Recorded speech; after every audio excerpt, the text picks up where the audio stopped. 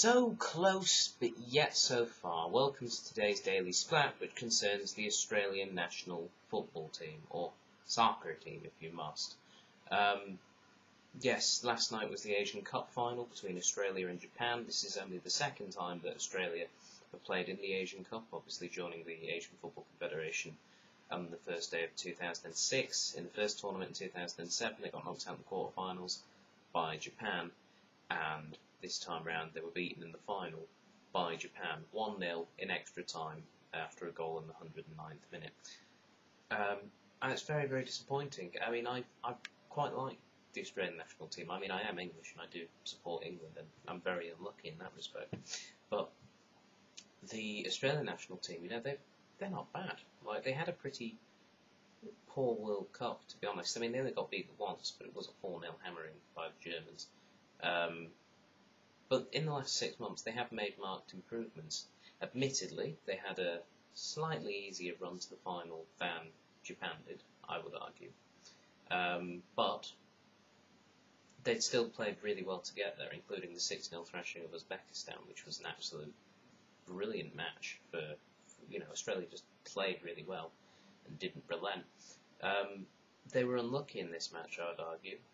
They certainly had more chances. They certainly played better in the first half, but they didn't put the chances away. You know, they were really relying on Harry Kewell or Tim Cahill to be able to head the ball into the back of the net. There was no sort of nice passing build-up play like we saw with the Japanese, and eventually Japan won the match because of a defensive error, with Carney moving away from his man, Lee, I believe his name was, so that he could just volley the ball home. So yes, it was very disappointing watching it and hoping Australia would win.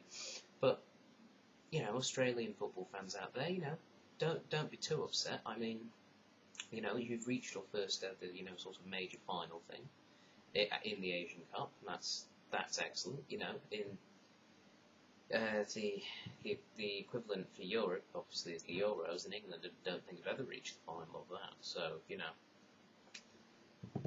you're doing better than that. You know, you got to a final, you played well, you actually played quite well over the whole tournament, only conceded 2 goals in the tournament, which is very impressive, but unfortunately it just wasn't quite enough. So yes, I suppose today's Daily Splatt is just saying congratulations to the Socceroos on making it to the final. You know, finishing second is by no means, you know, a disgrace, and, you know, Japan are honestly probably the best side in football in Asia, and I think they've proved that over the tournament. Technically, they've just got some absolutely brilliant players. You know, their ability is excellent. You know, the way they move the ball around is great.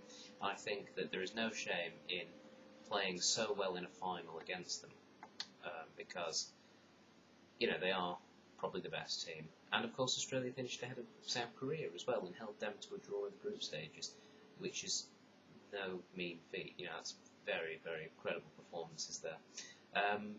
Players who've done well, just before we wrap up, well, from the Australian team, Harry Kewell did surprisingly well, I thought, as a forward. He did quite good.